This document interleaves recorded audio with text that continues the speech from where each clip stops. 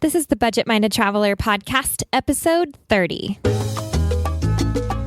Welcome to the Budget Minded Traveler Podcast, your source for the tips and tactics that will inspire and equip you to travel the world. And the best part, it won't break your bank. And now, the Budget Minded Traveler herself and your host, Jackie IRL. We're so grateful to Osprey Packs for partnering with us and supporting the podcast, so please stay tuned for more about them later on. I have an opportunity for you to join me in real life for some real travel. Here's the latest Jump Adventures update. We are going to Greece for a bike and boat island hopping adventure this May 9th to 16th, 2025, and we still have space left. Check out jumpadventures.com to learn more and book now. We're going to have a yacht all to ourselves with ensuite cabins on board, so you get to sleep in the same bed every night as we start in Athens and make our way west toward the island of Corfu. You'll have your own bike for the week, e-bike if you want one, for cycling the islands as we go, in between meals crafted by our private chef on board, and all the relaxing you want to do on the top deck under the Mediterranean sun. These bike and boat adventures are our most carefree and relaxed trips. All you have to do is say yes and show up, and there's still space. Head over to jumpadventures.com to grab your spot now, and we'll see you there.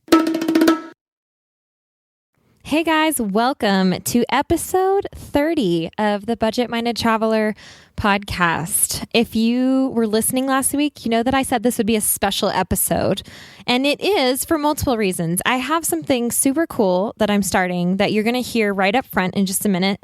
And I also have a super awesome interview with a new traveler who is well on his way to becoming an expert in no time at the rate he's going. And I didn't even plan this, but the other reason that this is a special episode is because it's the 30th episode, and this week also happens to be my 30th birthday on the 30th of November. So it's like a trifecta, so I decided, why not celebrate, right? Right, so thank you for humoring me, and on that note, I have also something prepared for you, and I'm going to tell you about that at the end of the episode. So first things first, I'm going to let you listen to something for the next 90 seconds, and then I'm going to tell you why you listen to it and how you can be involved if it sounds like something that you're interested in. So, ladies and gentlemen, this is John. Hello, everyone. My name is John. I was recruited to work here in Sydney, Australia for a data analytics company earlier this year. While I seem to have made a great career step, working full-time in an office in such a beautiful place has made me realize that I need to see even more of the world, growing personally versus spending more time advancing my career in this way. I've always put my career first and followed the delayed life plan since I can remember. Get good grades, go to college, get a good job, get an advanced degree. Not really much time for fun in there. Being here, I've met so many people that have made life work through working holiday visas and doing their time on the farm or working casual jobs. It is incredibly inspiring as they have such an appreciation for life here in Australia and finding a way to stay. So my personal plan is to break free out on my own in early 2015, leaving my job to travel full-time. This decision is very much inspired by people like you and those on your podcast that make it work. The just do it mentality is exactly what I needed to hear and has shown me that it is possible to travel the world right now, not later. This change in mindset also helps me put my current job into perspective, and that it is okay to have a job rather than being stressed about a career. I now see this is no different than working at a cafe or restaurant to experience my stay for the summer here in Bondi Beach. So truly the adventure has already begun for me, first in my mind with a change in perspective. So many thanks to you, Jackie, and all those on your podcast. Hey, how awesome was that? So you just heard from John because he is motivated and inspired and interested in being held accountable for his travel plans. And he believes that saying his goals out loud will help him get to where he is going. And I love this because I also believe that not only setting goals, but saying them out loud will help you accomplish them. I have always been passionate about getting you, yes, you, to travel, which is why I assume you are listening to my podcast in the first place, and which is why I started this podcast in the first place. So I am inviting you if you would like to contact me directly if you want to be part of my BMT Voices program, which is what you just heard. And this is going to highlight real people, real travelers with real stories, and real inspiration, just like you and just like John, to give you an opportunity to declare your travel plans out loud on the podcast to an audience of people who are cheering for you and supporting you in your decision to travel the world. So if this sounds like you, please contact me. You can contact me through the contact page on my blog, thebudgetmindedtraveler.com/contact, and I will tell you how you can get your own voice heard. And I cannot wait to hear from you. And go, John, because that was awesome, and we all support you. Okay, so moving on to our awesome interview for the day. Pete Sveen is an entrepreneur with two very popular blogs that you may already know him from. Actually, one of them is called thinkentrepreneurship.com. And the other one is DIYPete.com, as in do it yourself. And yes, these are both very different niches, but Pete is an entrepreneur expert, and he's also incredibly talented at wood and metal and concrete DIY projects. So you should check out his blog over at DIYPete.com if you're interested in following him there. And Think Entrepreneurship is a niche website for, entrepreneurs. I actually reference it all the time. There are a lot of good resources on there. So if you're into online business or entrepreneurship, definitely check out thinkentrepreneurship.com. But okay, so the thing that I love about Pete is that he is a young entrepreneur who works for himself, and he's just now starting to get his feet wet in the world of travel. He's working hard to do what he loves, and he's making money doing it. And he's at a point now where he can start rewarding himself for all of his hard work. And obviously, you don't have to be an entrepreneur to be a hard worker wanting to reward yourself. And so I am asking you, what are you working for? What is your reward that you're hoping to get out of all this? Are you working so that someday you can travel and see the world? Awesome. When does that start? For Pete, it started this year, as you're going to hear, and it sounds like it's going to continue for him. I just love that he's still doing things he loves in his businesses, but he's also finding a reward in travel at a young age rather than putting it off until retirement. And that's kind of the thing that John also just referred to is, acting now rather than waiting until later. So hopefully you can be inspired by Pete and what he's learned through travel. So here's Pete Sveen. Hope you enjoy. All right, I'm so excited to welcome Pete Sveen to my podcast, the Budget Minded Traveler podcast. Welcome, Pete. How are you today? I'm good, Jackie. Thanks so much for having me on your show.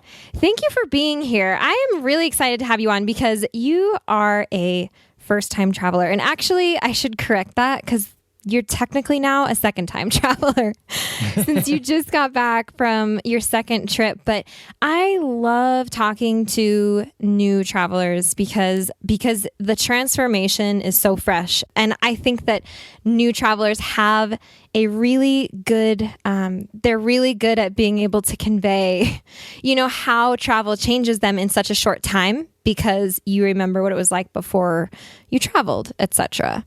So, I know that you have recently taken your first 2 trips, which is pretty amazing. 2 trips within 6 months of each other, 5 months of each other? Right. About 5 months. About 5 months, yeah. Ever overseas, correct? I had been overseas before, but these were kind of the ones that I had done, within just the last year. I hadn't done anything previously for 5-6 years. So, and they had all been with family. So these were kind of more on my own, experiencing new things for myself. Right. And that's a really good point to bring that up because I think there are a lot of people out there who they've traveled before, but they weren't in charge of the itinerary or getting their tickets. They're not exactly sure how to go about doing things on their own if they've been with family before, which is basically what your situation was. So what was your, actually, let's start with this. What was it that made you decide it's time to go abroad? Like, what was the decision? I hadn't been out of the country for, like I said, a number of years, and I just needed a break. I wanted some new perspectives. I wanted to get outside my comfort zone, to meet new people, try new things. And it was just, I knew in my heart that it was time.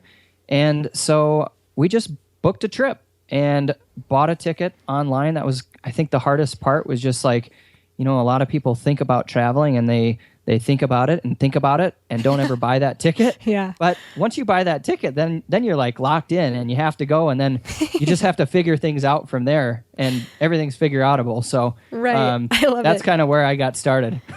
Are you going to hate me if I quote you on that? Everything's figure outable. Well, I would love to take that quote and say it was my own, but I've heard it from somebody else. I'm not sure who it was, and so I keep saying it because I think it's a good one. It is a good one, and actually, it actually translates really well to travel. I think one of my pieces of advice to new travelers, because I know that often people have a little bit of anxiety about going overseas or whatever it is, the logistics, everything. And one of the things I say is, never underestimate your own resourcefulness. And basically that's saying everything's figure outable. Right. You can figure it out. So back to your trip, who did you decide to go with and where did you guys go?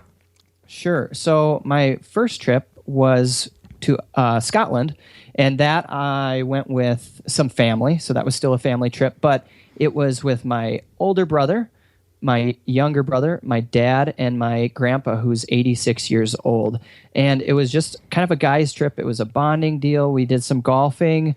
We checked out some castles, and it was an absolute blast. And then my most recent trip was to Costa Rica. Mm-hmm. And I just got back on Sunday from that, and am still getting back to reality. But that one was just, I went down there not knowing anybody. I met a group of kids from a travel organization called Under 30 Experiences for the first 5 days, which was a blast. And then I went off and did my own traveling for a few days afterwards. And like I said, just got back and getting back to things. But it was a fun experience. Yeah, and that actually, some of the listeners who've been listening before will remember Matt Wilson from Under 30 CEO, because he actually, I think you knew that, Pete, but he actually came on and we talked all about his tours. So that's actually super cool that you did one of his tours now that we've already learned about it on the podcast. But so will you tell us a little bit about the preparation for your first trip for Scotland? So I know you said getting the plane ticket was kind of a big deal. I definitely I agree with that. I mean, when you have that ticket in your possession, that's when it's all real. It's like, whoa, we're really doing this. Like, that ticket has my name on it and it's going to Scotland on this day, Right. Which is, and I think it's awesome. It's like Christmas. I love hitting that purchase button. A lot of people have anxiety around that. Oh, I love it. But what went into the planning of that Scotland trip for you? And in such a way that, what were your anxieties around it, and what did you find resourceful? Sure. Well, I guess I had so many questions going into it just because I hadn't ever planned a trip myself. And I had you on the line a lot of the times, I remember, because you're a great resource. And I was listening to your podcast as well throughout the whole process and while I was on the trip. But, a couple things that come to mind were, first, where am I going to stay? Am I going to stay in a hostel, a VRBO, a Airbnb, a hotel? What's going to be the best fit? Mm-hmm. And for the Scotland trip, we ended up, since it was a family, all the guys going, we decided to do the VRBO experience, and that worked out really well for us. And it ended up being cheaper in the long run than doing the hotel thing. Mm-hmm. And we had great places, and we were able to save a lot of money because we had full kitchens. So we would go to the grocery store, we would buy breakfast, lunch, and dinner. And, not every meal did we eat there, but we did save a lot of money because we did that. And so that was like quite an experience just planning that. We were able to book everything online, and it all came together really well when we were traveling. So I definitely recommend, planning ahead as far as booking everything. And I guess a couple other things that maybe were things that I really had to think about were packing, because I've always packed, even when I go to Minneapolis to visit my brother for a weekend, I bring like 2 or 3 giant bags. Like, I'm not joking, and people make fun of me all the time. And so learning to pack light was something that was foreign to me. And as many times as experienced travelers have told me that I need to, pack just a couple pairs of pants, a couple pairs of, shirts and that kind of thing, yep. I just didn't even listen. And I knew, but I knew that for these bigger trips, I needed to listen to, an experienced person who's done it before. So I was able to pack a lot lighter, and I got a backpack, like a nice backpacking backpack, and stuffed everything in and was able to go with much less than I thought I could. Awesome. So, yeah. And then just like learning about the safety in the country, am I going to need to put my money in a little belt under my shirt to hide it? Like, where do I put my passport?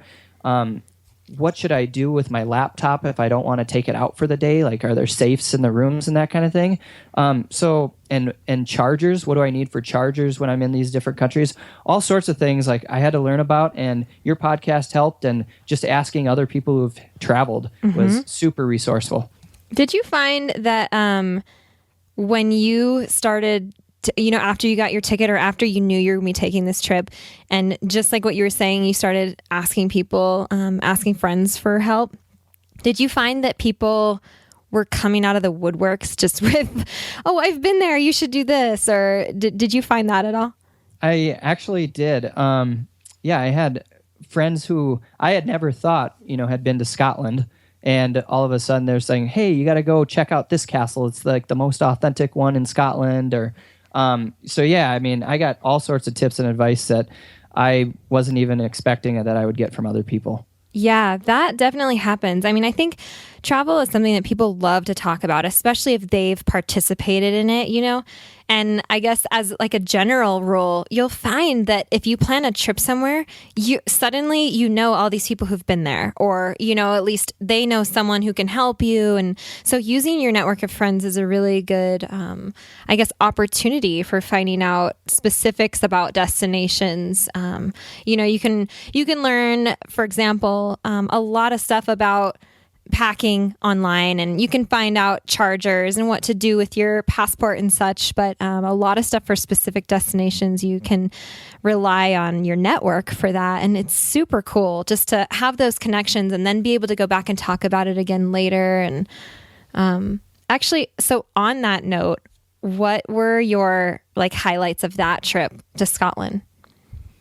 My highlights were, number one, just getting to bond with my family. I thought that was really, really a neat experience, and to be able to go with my grandpa, who is 86 years old. I know, that's crazy. That's awesome. Yeah, and it's great that he can still travel and do all of that. So, right. With that trip, we did some golfing. We checked out St. Andrews, where golf was invented. Oh, nice. We went to some whiskey distilleries. My favorite being Glenlivet.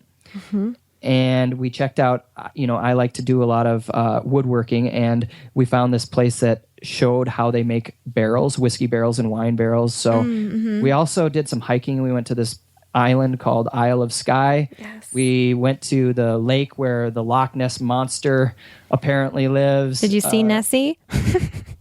No? She, I don't know. She wasn't there for some reason. So Dang. We missed her. And, we went to a lot of castles.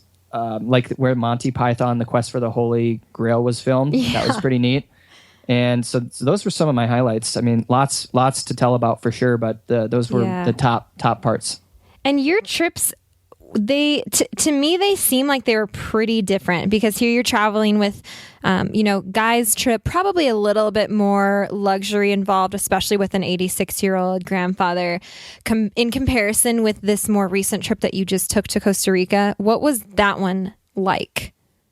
The Costa Rica trip was just, I loved the experience because, number one, it was just me going down. I didn't know anybody, so I was going to go out of my comfort zone a lot more than I did at all in Scotland.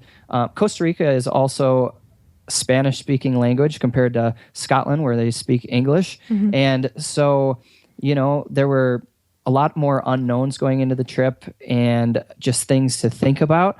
but things that I could learn from and get more perspective on, so that, I can kind of change the way I think about different cultures and people all over the world. So that really was a fun learning experience. And there were so many neat things to do there that were like kind of in the adventure field. So I learned how to zip line. I learned how to surf, which was an experience. And it's hard, isn't it? It's really hard. I have so much respect for surfers after I tried surfing the first time. Whoa. It's really an hour tiring. and a half, and I was just done for the day. And the next day you're like so sore still. So tried that. We went snorkeling for the first time, and then we saw just all sorts of animals. Like we saw monkeys, sloths, really colorful birds, crocodiles, things that I've never seen in my life. And so just all these new experiences were so fun. We also drank rum out of fresh coconuts. And just an overall fun experience. That sounds so amazing right now as I'm looking out my window and there's just snow everywhere. Well, I know you are going to be headed down to Costa Rica pretty soon. I know. I'll be there in 2 weeks, so I guess I shouldn't complain. Yeah. Hold your horses. Yeah, right. I know. But it's just, it doesn't take much to get me. We'll come right back to that. Let's take a moment now to thank our wonderful show sponsors. Osprey is the market leader in technical outdoor, travel, and everyday packs. And I've personally used Osprey packs since 2015. My favorites are the Fairview Trek 50 for multi-day hikes, the Cirrus 24 for day hikes, the Transporter Rolling Duffel 60, which is my trusty check luggage for faraway adventures, and of course, the countless packing cubes I use to organize everything that goes in them. We are proud to support each other on the podcast and beyond. We love getting outside, and we want to see more people outdoors. So find out more and join us at osprey.com. So you mentioned something that definitely piqued my interest, and I think that this is part of really traveling abroad for the first time, and I love that you were able to experience this in Costa Rica. But when you said that bit about, cultural learning, the cultural part of the experience and what you were able to learn, I would love to hear about that. What were the things that you learned for the first time? Like, what did you notice? Did you learn anything about our culture? What did you learn there? What were the takeaways? Yeah. Some of the big things I learned, when I went down, I was dealing with one of my issues that I kind of was thinking a lot about is how am I going to leave for 10 days and how is my work going to survive? Yes. How are things going to work out? And I left for 10 days and the world works fine without us. I love that. Yep. And so it's, you got to get your stuff done. But I went down there, I had somebody helping out with emails while I was gone in case anything super important happened that we had to get back to, which nothing really did. Yep. And when I was down there, everybody is just so relaxed. And the saying there, which I learned from you before I went, is Pura Vida. Pura vida, yeah. And it just means, life is good. Have a good life. They make it it's an intro. I mean, it's kind of like a hello. It's a goodbye. They say it all the time. And people are just relaxed, friendly, outgoing, willing to help you with everything. And for instance, we took a speedboat ride from this town called Jaco over to a little peninsula, Montezuma. Yep. And the people on the boat were just, they don't have all of these fast-paced things like we do. They're just a lot more easygoing, I'd say. And life is about family, friends, and just enjoying. And it's not all about work. Sometimes I think we get too wrapped up in that. And so just kind of learning how they deal with everyday things and the important parts of their lives, like family and friends, was something I took away from it. That's awesome, because that is a huge thing. And you were just saying it yourself. How is my work going to survive while I'm on vacation? These are the things that we think about. Our minds are always racing, and it's great that you had that person in place to help you with your emails or whatever it was, because that is way better for your peace of mind. You know, it allows you to actually be on vacation. So it's a really good prep step right there, is to at least consider how your work will survive without you and put some plans in place so that you can let it survive without you, so that you can actually enjoy being on the vacation like you're meant to be. Right. Did anything really surprise you about traveling? Like, did you find it easier? Did you find that you had to be, you know, make a lot of decisions? Was there anything that you weren't expecting? Or on the other hand, like, was it, you know, just beyond your expectations fun? Like, what did you think about that? Yeah. Well, yeah, I thought the trip was a blast. I mean, just having all these opportunities for new experiences, like I said, the zip lining, the surfing, meeting all these different people, those just took the trip to the next level. But, you know, as far as like things I really kind of learned and maybe were challenges, but not as hard as I thought, were like the traveling around. I didn't, you know, there's so many people, the locals, who love to give you advice. For instance, I was originally thinking about taking a different boat ride, right, to over to the peninsula, and one local person said that's a great way to get there, and it's going to take a lot more. It's going to take a little bit more time, and yeah, it's cheap, but you might think about doing this boat ride that's $40 and that takes an hour. You know, that way you're going to have a whole nother day of just hanging out in this new village instead of traveling. And so learning from all the locals was something I didn't expect to have the opportunity to do as much. And also, I think we, at least who, from the U.S., are very, very spoiled because so many other countries do speak English very well in addition to their own language.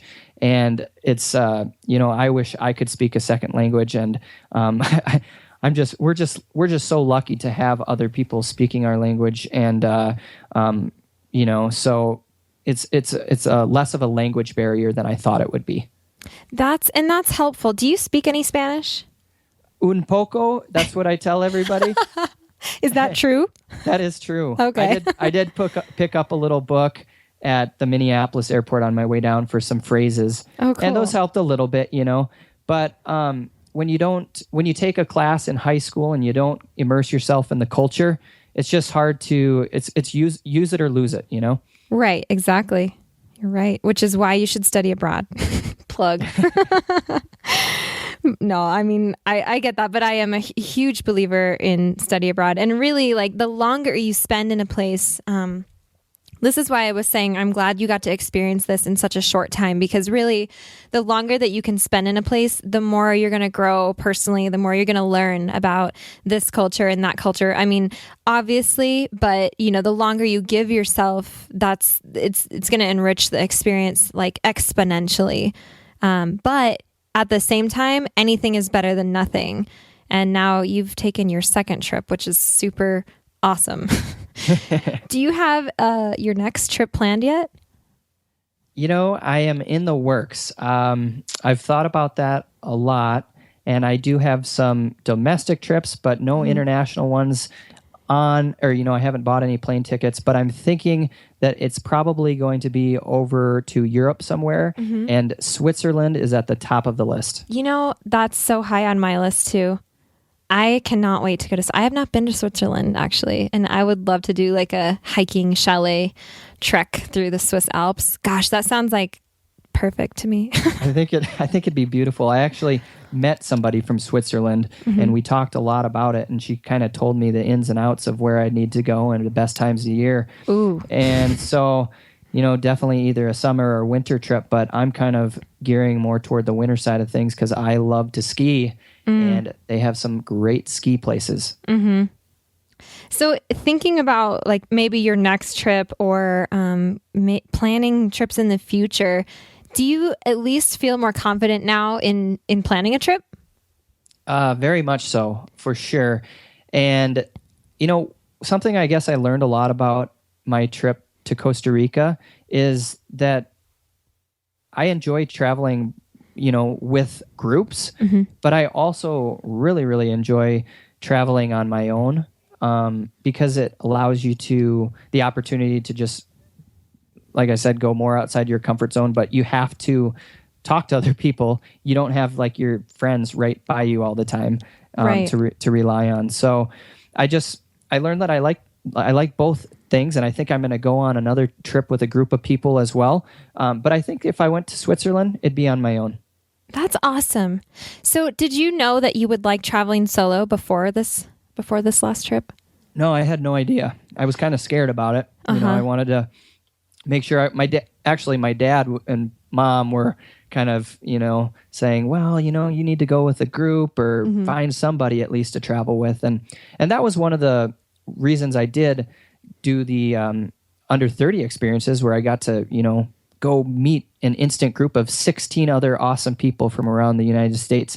And that really helped me just feel comfortable in that region, in that country, and to kind of learn how to talk to the people and everything that goes with traveling. So after that, I kind of felt like I had my bearings down, and then I went off and just, took my backpack and experienced things on my own. Right. You kind of did it in an accelerated way. I mean, like when I started traveling, I studied abroad with a program for a year, and obviously we took little trips within there, and then I did it again, and then I started going on my own, and you did it in like 10 days. You had a group trip, which was great, kind of get you there, use it as a springboard to then go on your own and feel confident enough to actually make that happen on your own. Did you have plans for that solo part of the trip nailed down, as in accommodations, etc., before you did that, like before you left for that trip?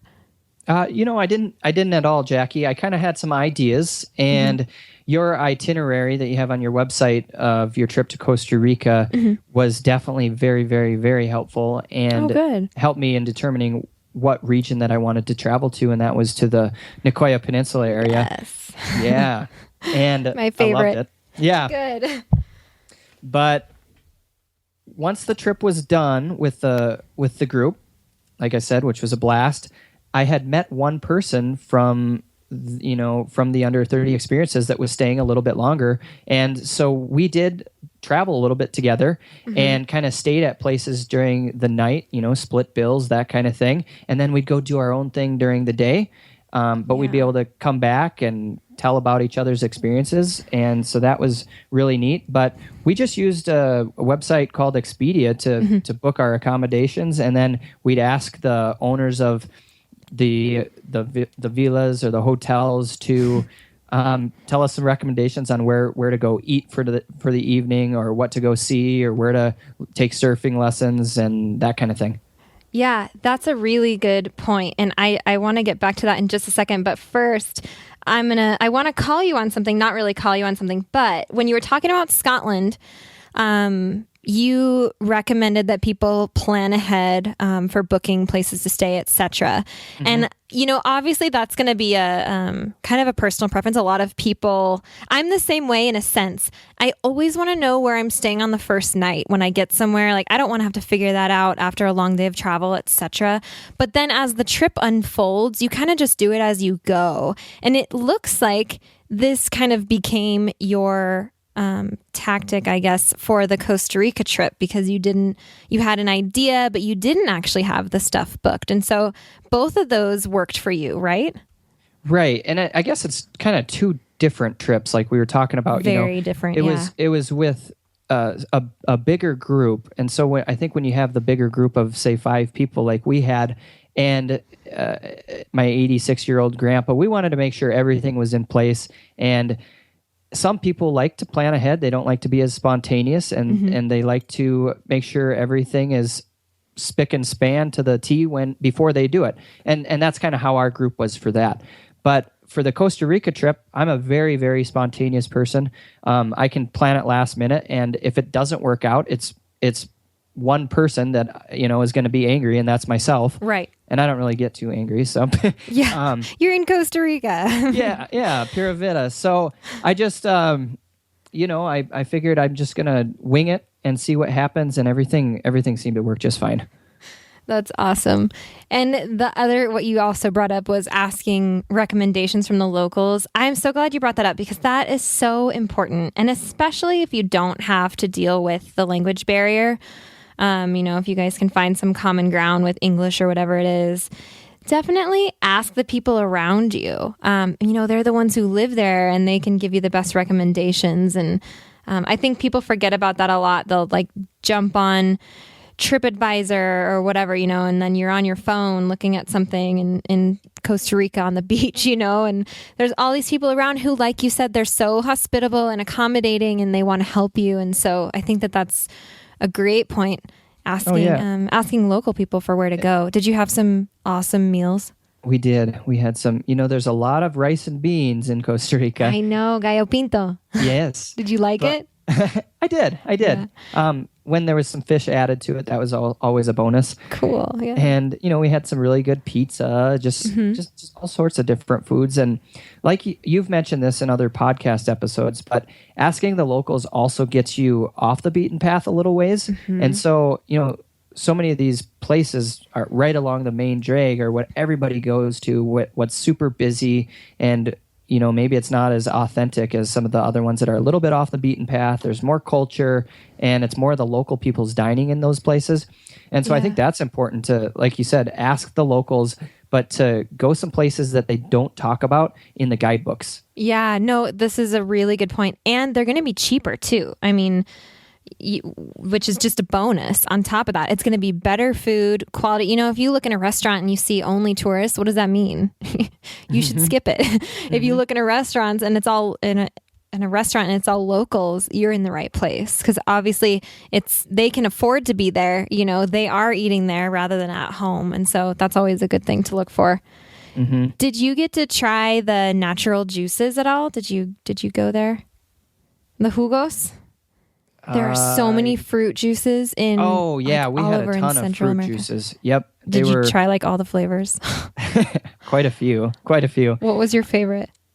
You'd have to name a couple because I can't remember them all. Piña, maracuyá, piña. tamarindo. Piña is my favorite. Sure. What? I know I've had the piña before. Yeah, piña, that's pineapple, is my favorite. Oh, I look forward to those. They just like blend them up in water with like a scoop of sugar, and it's like heaven in a cup. Yeah, we'd have that for breakfast, and there was no shortage of pina coladas either. I bet. You're with a bunch of other under 30s somethings. Right. That's awesome. So I guess overall, what do you think about travel? Now that you've gotten your feet wet and you feel confident to take another trip, what do you think about it? What did it do for you? Well, let's first say that I can't wait to go on my next one. So Yay. I definitely, I am enjoying it, but it's doing a lot for me. I think it's teaching me about who I am. It's getting me to just kind of go outside of my normal bubble and to experience new things, to be able to broaden my horizon, to meet new people. And so I think it's just kind of changing my perspective on like the important things in life and what we all really need to be focusing on, because it's not all about work and money and that kind of thing. It's more about relationships. Yeah. That's such a great thing to take away from travel. I feel like it just kind of, travel as a whole just kind of elevates the adventure of life, and it, when you've inserted it into an equation where it wasn't there before, it's just like, it's so exciting, Go ahead. One other thing too, when I went on this Costa Rica trip and met the 16 other people down there, it was amazing how we immediately all clicked and meshed together and just became friends because we all had that similar mindset. Yep. We were all there to have new experiences, to have fun, and to just enjoy. So it's amazing. Travelers are all there to help each other and just to have new experiences together. Yeah. And that's a good point. You touched on something that's very, very prevalent in the travel world, is that those people that you come across, you already have something in common with them. Everybody has a story to share, and here you are in Costa Rica, and it's exciting to find out why people are there, where they're going, how long they're traveling, where they come from, why are they traveling, like you can talk to travelers for so long, because you're all there on a similar mission of some sort, and that's to remove yourself from A, your comfort zone, B, your job, all these things, and enjoy life a little, enjoy the rewards of life, I guess.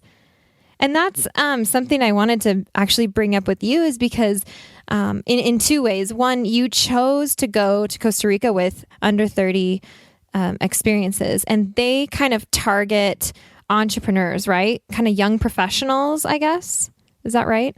That's kind of what I thought originally, more so, because they also own a company called Under 30 CEO. Right. But, they're actually open to, any and all. So it's not just entrepreneurs. There were definitely a few entrepreneurs on the trip. There were some, but there were also marketers. There were a couple bartenders. There were people in all industries. So It's for anybody under 30 who has that spark to go travel. And I don't even think they're really capping it at 30 these days. Well, I'm 29. I'm almost going to burst the bubble here at 30. So I don't think they'll, I think you can still go next year. I think I can. And, there were a few people for sure over 30, and everybody's welcome. Yeah. And my point with that was you chose a good group. Because there are so many options for groups to travel with, whether you want to call them tours or not, but there are so many options, and you kind of chose a niche, and that niche you fit really well into. And so, if they're like, for example, this is a funny example, but my grandmother, who is 82, she travels every year, and she goes on garden tours because she loves flowers and gardening, and that's what makes it, I know, it's amazing. And she's a photographer. And so you've never seen so many pictures of flowers, but, the point is she picks those tours that are going to speak to her, and you chose a really good group to go with because those people are going to be more on your level. And there are endless groups like this. And so, for the listeners, if you're looking for a group to go with, look at what you like to do and see what kind of groups are created around that to take you overseas, because that will just, I use this phrase already, but just elevate the experience for you. I think if you're there with like-minded people, because like you said, Pete, that really made a difference in your trip, right? Right. Yep. It was nice. Like I said, we all clicked, and we're just able to enjoy each other's companies. Nobody ever got in a fight, and people just got along, had fun. Really awesome. And the other thing I wanted to talk about, that the fact that you are an entrepreneur, and this is just super cool because you, I know you personally, and I know that you've worked really hard to get to where you are. And I feel like a lot of people would say that about their current, stage in life or their career or whatever. And I love that now you've gotten to a point where you're saying, you know what? I'm going to travel. I'm going to reward myself. I'm going to start using a little bit of this money that I'm making and set it aside for travel. I love that you came to a point where that is your priority, because you have to get to that point, because there are a lot of things that come in place when you're building a career and building a business, so the fact that you are now at a point where you're saying, hey, I'm going to reward myself. It's so amazing. Yeah. It's so cool. And you talk about priorities in some of your podcasts, and just, obviously it's important thing to prioritize everything in your life and to focus. And I think that travel should be a priority in more people's lives, because it just allows you to get out there, to learn, and to really teach yourself about life. So yes, definitely a priority. And it's not like, I could have been traveling the last 10 years. Just, I definitely have to save up and figure it out and be a little bit more budget minded and stuff. But yeah, things are cool, and I'm able to travel more, and it's definitely a bigger priority. That's so awesome. So do you have any advice for new travelers, people who have not taken their first trip yet, who are considering it? Sure. I would say just do it. And, go online, go on a website, find some tickets, decide where you want to go and just book that ticket and then figure it out. I love it. And then figure it out. Everything's figure outable. Yep. Awesome. Thank you for that. So we know that you are a blogger. So where might we be able to find some awesome travel stories that you're blogging about? Sure. You can head over to my website if you're interested in learning more about things to do in either Scotland or Costa Rica. My website is DIY, which stands for do it yourself. So DIYPete.com. And then /Costa Rica or /Scotland, and you can learn more about some of those trips I took and places I'd recommend checking out. That's awesome. Yeah.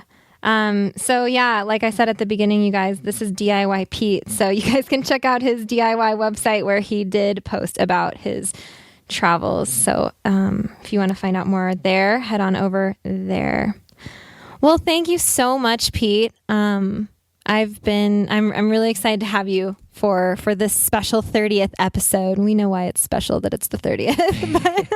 Well, Jackie, I'm honored to be on, and you certainly have inspired me to get out and travel, and your podcast and your blog have been very, very, very helpful for me, and I know so many other people. It's definitely inspiring and making a difference, so you keep up the good work. Thank you so much for that. I really appreciate it. All right. Well, I can't wait to have you back to talk about your next trip. So we'll have to look forward to that in the future. Sounds good. I would love to come on again. Okay. Thanks a lot, Pete. You bet. Cheers. Pura vida. Pura vida.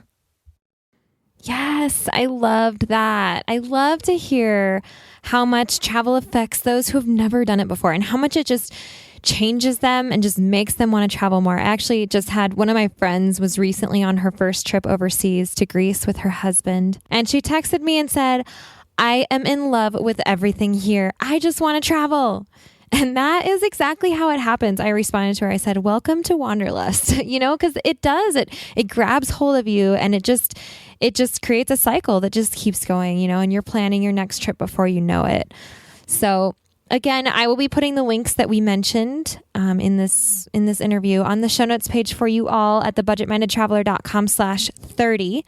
So you can find the links to Pete's blogs and travel stories there as well. And I have a bit of news for you that I am so happy to announce. It's like the best birthday present ever. And if you haven't been following me on Facebook or Instagram or on my blog, then you probably haven't heard this yet. And for the record, it has nothing to do with my birthday, but I am now freelance writing for Yahoo Travel. I feel so blessed to even be able to say that because being a travel writer is pretty much a dream come true for me. But I wanted to let you know that it only means good things for the budget-minded traveler because it means I'll get to travel more and come up with even more great content for you guys. So the BMT blog and podcast will absolutely continue. So don't doubt that for 1 second. And be sure to connect with me on Facebook and Instagram so you can keep up with my travels and continue to be inspired. And also keep fighting and going after your dreams because no one else is going to do it for you. And ask yourself what's the best that could happen and just see where that takes you.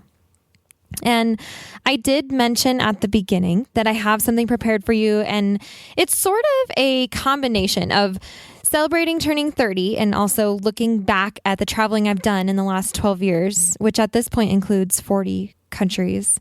And also attempting to inspire you once again to act sooner than later to get your travel on. So it's a video slideshow and you can find the link to it on the show notes page or go straight to thebudgetmindedtraveler.com/30 slideshow and it'll be there. As always, I hope all of this inspires you to book a ticket and pack a bag and go see what the world is holding for you, because I bet it's amazing and you won't regret it. So thanks for tuning in and celebrating 30 with me. I hope you have a wonderful week, and I will see you soon for the next Ask Jackie session. Gracias, pura vida. Ciao. Thanks, guys.